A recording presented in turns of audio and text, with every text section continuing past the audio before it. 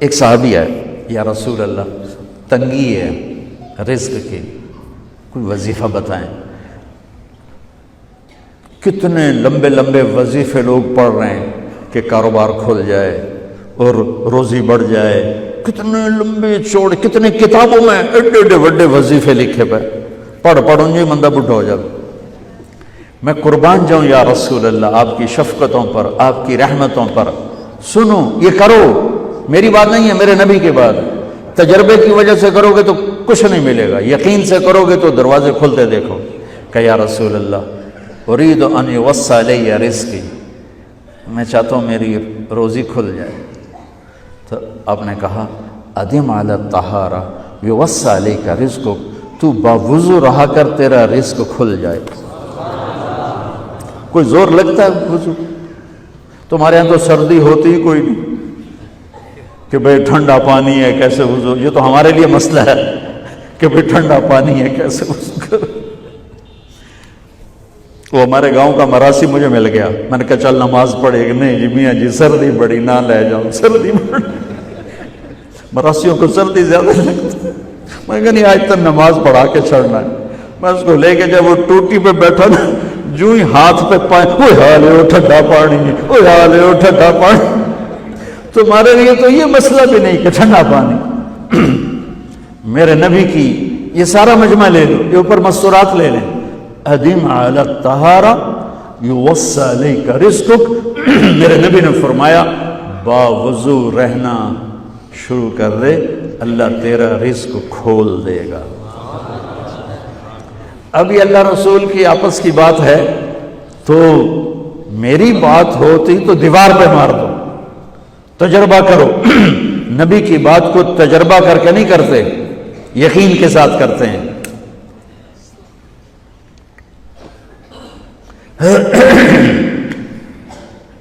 ادم علی الطہارہ یوسع علیک رزقک، باوضو رہا کر۔ اچھا باوضو رہنے کے اور فائدے، اللہ پیار کرتا ہے، شیطان ڈرتا ہے، اور وضو ہوگا تو نماز آپ ہی پڑھی جائے گی، چلو یار وضو ہے 4 فرض ہی پڑھ لو گی۔ ایک دفعہ شیطان آیا ہمارے نبی سے ملنے، تو آپ نے اس سے پوچھا تیرے دشمن کتنے؟ کہنے لگا 15۔ آپ نے فرمایا کون کون ہے؟ کہنے لگا پہلے تو تھوڑا ہی نمبر ہے، پہلا نمبر تو تھوڑے نال میرا لگو ہے۔ پھر کہنے لگا وہ مسلمان جو 24 گھنٹے باوضو رہتا ہے وہ میرا بڑا دشمن ہے۔ جو باوضو رہتا ہے اور باوضو سوتا ہے، ایک فرشتہ اس کے لیے بندگی کا ثواب لکھتا رہتا ہے۔ خیر واپس آتا ہوں، میرے نبی نے فرمایا 4 باتیں لے لو اور دنیا بھی تمہاری آخر، ساری PIA زندہ ہو جائے گی، ساری اکانومی زندہ ہو جائے گی، ساری معیشت زندہ ہو جائے گی۔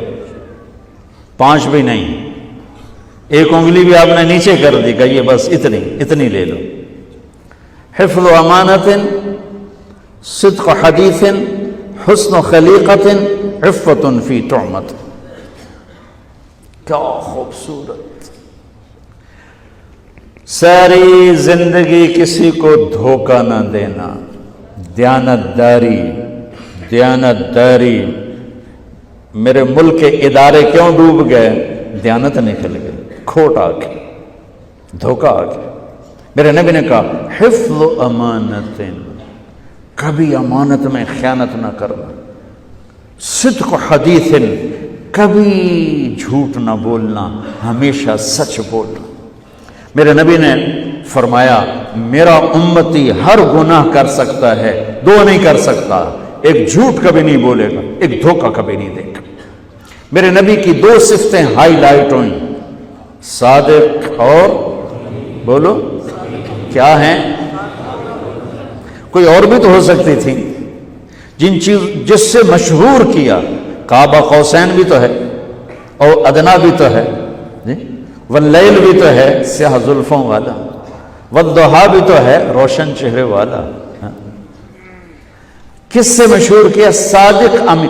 اگر آپ مجھ سے سوال کرو، میں ممبر رسول پہ بیٹھا ہوں کہ مولانا صاحب سارے دین کو 2 لفظوں میں بتاؤ، ساری شریعت کو، تو میرے پاس دو لفظ ہیں، سچائی اور امانت داری۔ آپ مجھ سے سوال کرو مولانا صاحب ساری دنیا کے کفر کو بتاؤ، تو میرے پاس دو لفظ ہیں، جھوٹ اور دھوکے بازی۔ جھوٹ اور خیانت، پوری دنیا کا کفر ان کے اندر چھپا ہوا ہے، سچائی اور دیانتداری، پوری دنیا کا اسلام اس کے اندر چھپا ہوا ہے۔ دیانت اور سچائی یہ بیج کی طرح ہے، اور پورا اسلام پھر باغ بن کے پھلتا پھولتا ہے۔ جھوٹ اور دھوکہ یہ بھی بیج کی طرح ہے، پھر اس سے کفر کا جنگل کانٹوں بھرا جنم لیتا ہے۔ میرے معاشرے سے جھوٹ نکل جائے، دھوکہ نکل جائے، یہ پاکستان جنت کا ٹکڑا ہے۔ اور یہ حکومت کے بس کا نہیں ہے کہ وہ سب کو سچ بلوائے، یہ مجھے کرنا ہے، یہ مجھے کرنا ہے، میں نے اور آپ نے اس کو شروع کرنا ہے۔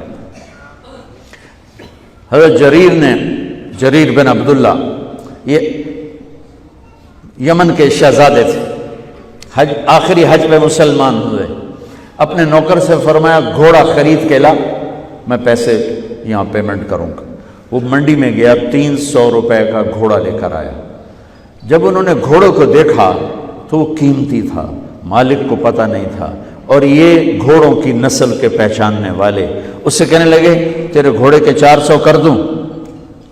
کر دو۔ بڑا حیران ہو کے دیکھنے لگا، بھائی کی آپ تو مجھے چیز خریدنی ہے تو میں گھٹاتا ہوں، اور اجمل نے بیچنی ہے تو یہ اس کی قیمت بڑھاتا ہے، اور یہاں خریدار کہہ رہا ہے 400 کر دوں؟ وہ کہنے لگے کر دو۔ کہ 500 کر دوں؟ کہنے لگا کر دو۔ کہ 600 کر دوں؟ وہ تھوڑا تھوڑا گھبرانے لگا، بھائی یہ چکر کی ہے۔ 700 کر دوں؟ 800 کر دوں؟ وہ کہنے لگا حضور تسی لینا تو لو، پر میرا مذاق تھا نا، تسی اڑو کدی لین والے بھی پیسے بتائے، تسی میں نے 300 دے میں جاواں، کہنے کہ اس کو 800 دے دو اور گھوڑا باندھ دو۔ وہ حیران خوشی سے چھلانگے مارتا ہوا گیا۔ تو جب وہ چلا گیا تو نوکر نے پوچھا میں جب 300 میں سودا کر کے آیا تھا تو 500 کس خوشی میں بڑھائے؟ فرمایا میرے بھائی اس کے گھوڑے کی قیمت 800 تھی، 300 نہیں تھی، اور میں نے نبی کے ہاتھوں میں ہاتھ دے کے یہ وعدہ کیا تھا زندگی بھر کسی کو دھوکہ نہیں دوں گا، سب کی خیر خواہی چاہوں۔ تو بھائیو میرے اداروں میں کس ٹیلنٹ کی کمی نہیں، صلاحیتوں کی کمی نہیں، دیانت کی کمی ہے، قوت عمل کی کمی نہیں، سچائی کی کمی ہے۔ حجاج بن یوسف ایک ظالم گورنر گزرا ہے، اس کے خلاف بغاوت ہوئی، وہ ناکام ہو گئی۔ تو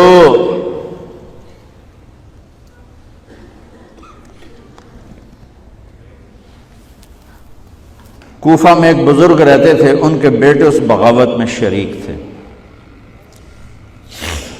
وہ چھپتے چھپاتے کئی سال کے بعد واپس آ گئے۔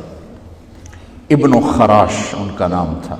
ان کی سچائی مشہور تھی کہ ابن خراش جھوٹ نہیں بولتا۔ حجاج کو پتہ چل گیا CID سے کہ آ گئے، تو اس نے کہا آج ابن خراش کا امتحان ہوگا۔ اس کو کھانے پہ بلایا، عنوان ہی نہیں بنایا تفتیش کا، کھانے پہ بلایا اور کھانا شروع ہو گیا۔ باتوں باتوں میں کہتا ہے ابن خراش آپ کے بیٹے ہمارے خلاف لڑ کے بھاگ گئے تھے، کوئی پتہ؟ تو ابن خراش ہنس پڑے، کہنے لگے حجاج زندگی موت تو اللہ کے ہاتھ میں ہے، گھر آئے بیٹھے۔ تو اس نے کہا تیری سچائی کو سلام کرتا ہوں، اگر تو جھوٹ بولتا یہیں تیرا سر اتارتا پھر تیرے بیٹوں کا، جاؤ سلام ہے تیری سچائی کو، تیرے بیٹے تجھے مبارک ہوں، مسلمان جھوٹ نہیں بولتا۔ میرے نبی سے پوچھا گیا یا رسول اللہ کیا مسلمان بزدل ہو سکتا؟ کہا کیا مسلمان بخیل ہو سکتا؟ آپ نے کہا۔